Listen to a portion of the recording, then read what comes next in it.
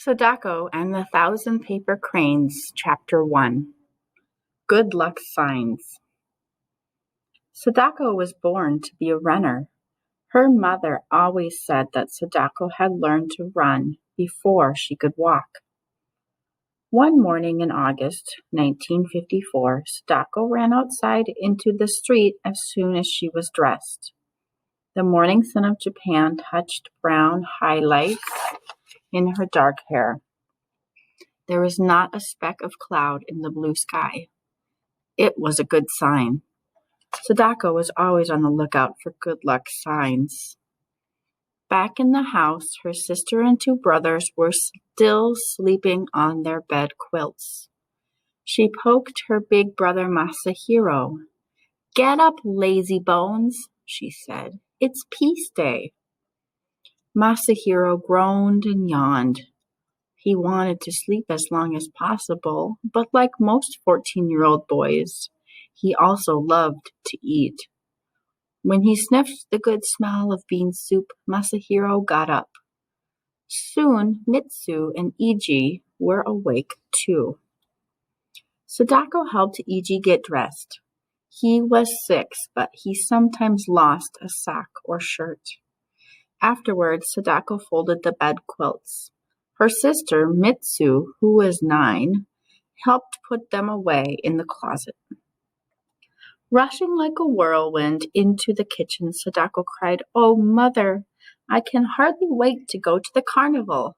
Can we please hurry with breakfast?" Her mother was busily slicing pickled radishes to serve with the rice and soup. She looked sternly at Sadako. "You are 11 years old and should know better," she scolded. "You must not call it a carnival. Every year on August 6th, we remember those who died when the atom bomb was dropped on our city. It is a memorial day." Mr. Sasaki came in from the back porch. "That's right," he said. "Sadako-chan, you must show respect. Your own grandmother was killed on that awful day." "But I do respect Oba-chan," Sadako said. "I pray for her spirit every morning. It's just that I'm so happy today." "As a matter of fact, it's time for our prayers now," her father said. The Sasaki family gathered around the little altar shelf. Oba-chan's picture was there in a gold frame. Sadako looked at the ceiling and wondered if her grandmother's spirit was floating somewhere above the altar. "Sadako-chan," Mr. Sasaki said sharply. Sadako quickly bowed her head. She fidgeted and wiggled her bare toes while Mr. Sasaki spoke. He prayed that the spirits of their ancestors were happy and peaceful. He gave thanks for his barber shop. He gave thanks for his fine children, and he prayed that his family would be protected from the atom bomb disease called leukemia. Many still died from the disease, even though the atom bomb had been dropped on Hiroshima 9 years before. It had filled the air with radiation, a kind of poison, that stayed inside people for a long time.